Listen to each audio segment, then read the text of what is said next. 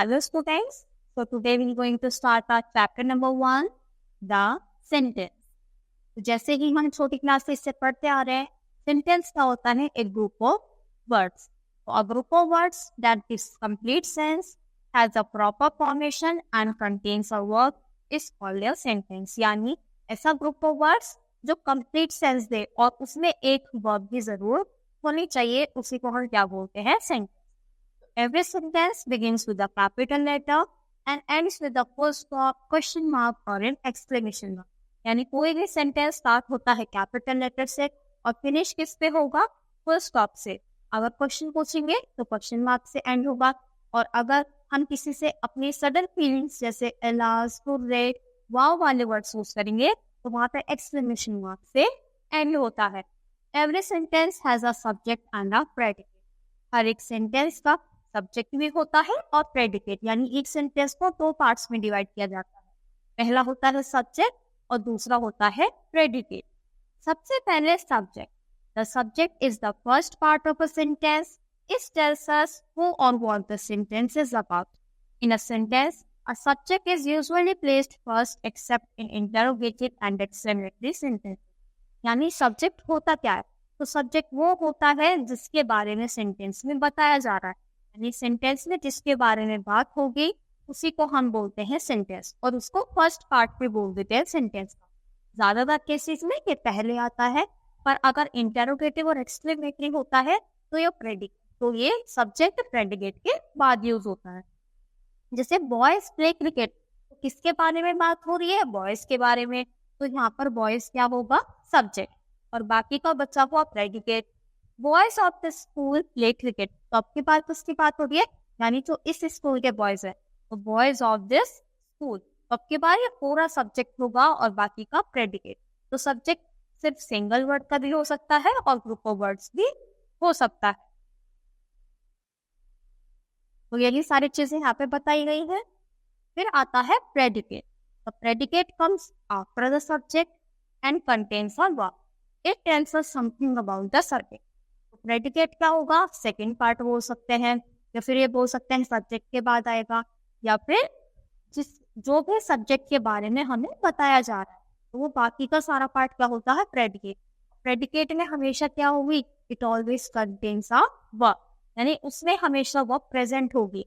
और ये क्या होता है? ज्यादातर तो पहले सब्जेक्ट आएगा फिर प्रेडिकेट, और जो वर्ब वाले हमने पढ़े हैं ना क्वेश्चन और एक्सक्लेमेशन, उसमें क्या जाएगा? उसमें प्रेडिकेट पहले आएगा और सब्जेक्ट बाद में आएगा. So finite verbs are those verbs which are limited by number, person and tense. These change their form in correspondence to the tense, verbs and subject of verb. तो ये क्या होती है? finite verbs ये limited होती है, पर ये अपने फॉर्म्स किसके बेसिस पे चेंज करती है? टेंस को देखकर, वर्ब को देखकर, और वर्ब का सब्जेक्ट क्या है. जैसे देखो, ये सब्जेक्ट है और ये प्रेडिकेट. तो the boys wants a pen, तो किसको चाहिए? बॉय की बात हो रही है, तो बॉय यहाँ पर सब्जेक्ट हुआ और बाकी का बच्चा हुआ predicate. Birds fly in the sky, कौन उड़ रही है स्काई में? बर्ड्स, तो बर्ड सब्जेक्ट हुआ और बाकी का बच्चा हुआ predicate. Walking is good for health, किसके बारे में बात हो रही है? वॉकिंग के बारे में, और बाकी का बच्चा हुआ predicate. The poor girl sat in a pond, तो द पुअर गर्ल सब्जेक्ट हुआ और बाकी का predicate. We hear him too short, तो हमने उसको शॉर्ट में सुना, तो किसने? हमने. तो वी यहाँ पर सब्जेक्ट हुआ और बाकी का predicate. I am there teacher, मैं उनकी टीचर हूँ, तो वहाँ पे क्या हुआ? आई. तो सिंगल वर्ड भी हो सकता है और ग्रुप ऑफ वर्ड्स भी सब्जेक्ट बन सकता है. ऐसे ही प्रेडिकेट भी सिंगल वर्ड का भी हो सकता है और ग्रुप ऑफ वर्ड्स का भी हो सकता है. शी टीचर्स अस इंग्लिश, वो हमें इंग्लिश पढ़ाती है, तो शी सब्जेक्ट हुआ और बाकी का predicate. Ronik always wanted to sing, वो हमेशा गाना चाहता है, तो रोनिक सब्जेक्ट हुआ और बाकी का predicate. Predicates can be divided in the following parts. तो प्रेडिकेट को हम किस पार्ट्स में डिवाइड करते हैं? सबसे पहला वर्ब के बेसिस. तो the word showing the work done by the subject are called verbs. तो वर्ब क्या होती है? कुछ भी काम, जो भी हम काम करते हैं उसको वर्ब बोलते हैं. जैसे एक्शन वर्ड, डूइंग वर्ड, यानी हम रीड कर रहे हैं तो रीडिंग, प्लेइंग, सिंगिंग. फिर वॉकिंग, तो कुछ भी काम जो भी हम कर रहे हैं वो क्या होता है? सब वर्ब होता है. We are going to school, तो गोइंग हम जा रहे हैं, तो we are going to school. Rahul and Harsh were reading, वो रीड कर रहे हैं, तो जो भी काम होगा वही क्या होता है, वर्ब। माय मदर कुक्स फूड, तो यहाँ पे वर्ब क्या हुआ, कुक्स, यानी वो खाना बनाती है। और words fly in the sky, words क्या काम कर रही है, उड़ने का। तो ये सारे ही क्या है, वर्ब। तो ये सारी देखो, यही अंडरलाइन करके बताया क्या है, ये क्या कर रहे हैं, सब्जेक्ट कुछ ना कुछ काम कर रहे हैं, और इन्हीं वर्ड्स को हम क्या बोलते हैं, वर्ब्स। फिर आता है direct object. A direct object is a noun, pronoun or a noun phrase that receives the action done by the subject। यानी ये क्या होता है, या तो नाउन होगा, या pronoun होगा, या नाउन फ्रेज होगा। तो नाउन फ्रेज क्या होता है, नाउन फ्रेज नाउन वाला ही काम करता है, पर नाउन होता है सिंगल वर्ड और फ्रेज होता है ग्रुप ऑफ वर्ड्स। तो ये क्या करते हैं, जो भी एक्शन किया जा रहा है सब्जेक्ट के द्वारा। It can be identify by asking the question what. तो हम कैसे हम कर सकते हैं, हम व्हाट लगा के क्वेश्चन पुट अप करेंगे, अगर हमें आंसर मिल जाएगा तो वो क्या होगा, सब्जेक्ट। जैसे हम अभी तक करते आ रहे हैं कि कौन उड़ रहा है, कौन कहाँ रहा है, कौन कहाँ जा रहा है, वैसे ही हमें सब्जेक्ट पता चलता है। तो Sachin won the first prize, किसको मिला, सचिन को मिला। तो सब्जेक्ट क्या हुआ यहाँ पे, सचिन हुआ सब्जेक्ट, और वन क्या हुई, वर्ब, और ये क्या हुआ, predicate. The show entertained us, किसको एंटरटेन किया, हमें किया। द स्टूडेंट्स ईट केक, किसने, स्टूडेंट्स ने। और Mary gave her a toy, किसने दिया, मैरी ने उसको टॉय दिया। तो ये क्या है, सारे ही डायरेक्ट ऑब्जेक्ट्स हैं, यानी डायरेक्ट बात हो रही है, हमें करा, उसको टॉय दिया, उसने केक खाया, वो फर्स्ट टाइम, तो डायरेक्ट बोला जा रहा है। तो ये सारे ही होते हैं डायरेक्ट ऑब्जेक्ट। फिर आता है इनडायरेक्ट ऑब्जेक्ट, यानी जो घुमा फिरा के बात की जाती है। जैसे the teacher gave him a gift, teacher ने उसको दिया, क्या दिया, गिफ्ट दिया। तो देखो दो बात हो रही है, उसको दिया और उसको क्या दिया, गिफ्ट दिया। तो ये होता है इनडायरेक्ट ऑब्जेक्ट। जब हम डायरेक्ट दिए तो इसको गिफ्ट दिया, तो क्या होता है, फिर डायरेक्ट होता है। The plants grow best in bright light, तो ग्रो कहाँ पे करते हैं, बेस्ट ग्रो करते हैं कहाँ पे, जब ब्राइट लाइट होती है। ऐसे क्या होता है, जब दो क्वेश्चन हर पूछे कहाँ क्यों, तो दो के जब हमें आंसर मिलते हैं तो वो इनडायरेक्ट होता है, और डायरेक्ट सीधा लिखा रहता है। मिस्टर रितु टीचर्स अस इंग्लिश, इसको पढ़ाती है, हमें पढ़ाती है, और क्या पढ़ाती है, इंग्लिश पढ़ाती है। तो इसीलिए क्या हुआ, indirect object. In the above sentences him, these, us, ये क्या है, सारे के सारे इनडायरेक्ट ऑब्जेक्ट। तो पता चला आपको, इनडायरेक्ट और डायरेक्ट। डायरेक्ट होता है सीधी बात बोल दी जाती है, और इनडायरेक्ट यानी घुमा के हमें दो के आंसर मिलेंगे, किसको, कैसे, ऐसे करके, जैसे अभी हम पता कर रहे थे। फिर आता है complement. Words that complete the meaning of an incomplete verb are called complement। यानी जो सेंटेंस हमें कंप्लीट मीनिंग नहीं दे पाता, उसमें हम कुछ वर्ड्स ऐड कर देते हैं ताकि उसका मीनिंग कंप्लीट हो जाए। तो जो भी हम ऐड करते हैं उसी को हम कॉम्प्लीमेंट्स बोल देते हैं। तो कॉम्प्लीमेंट्स में be a noun, a pronoun, an adjective और एन एडवर्ब।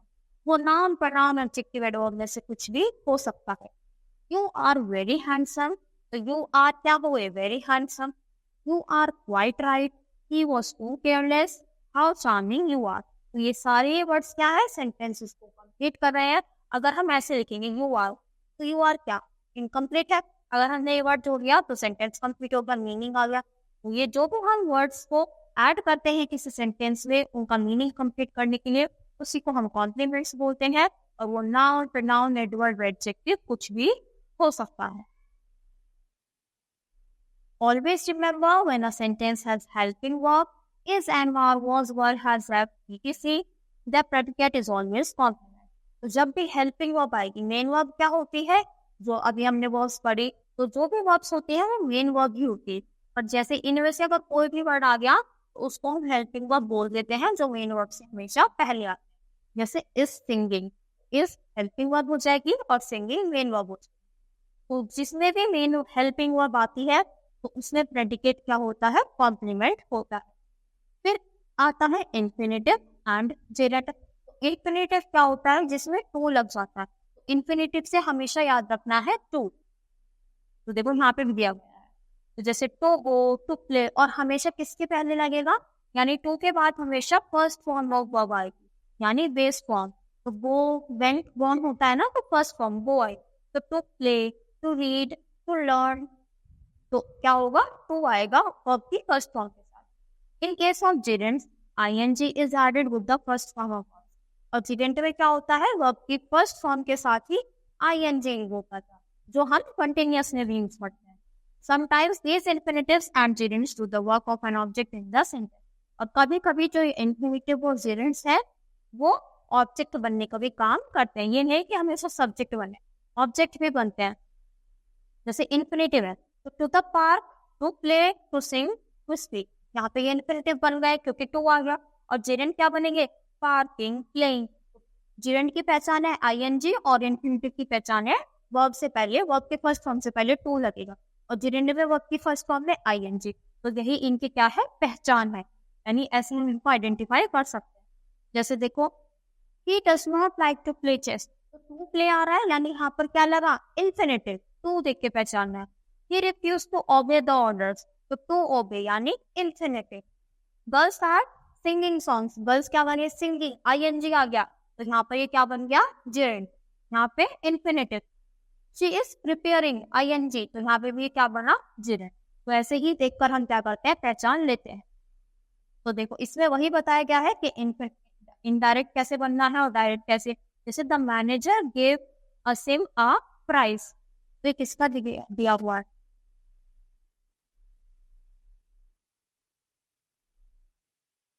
ना examine the predicates in the following cases. तो हमें क्या करना है? एग्जामिन करना है. जैसे the manager gave Asim a prize. तो किसको दिया? असिम को क्या दिया? प्राइज दिया. तो प्राइज दिया है तो ये डायरेक्ट है और किसको दिया? असिम को. तो ये इनडायरेक्ट हो जाएगा. The teacher teaches the class. क्या टीचेस करती है? इंग्लिश. कुछ भी लिख दो, इंग्लिश, हिंदी, कुछ भी. तो the teacher teaches English to the class. तो क्या जाएगा? क्लास को पढ़ा रहे हैं. तो डायरेक्ट ऑब्जेक्ट वहां पे इंग्लिश है. He showed Renu a dress. तो उसने क्या दिखाई? ड्रेस दिखाई. किसको दिखाई? रीनू को दिखाई. Sachin won the first prize. First prize मिला. किसमें मिला?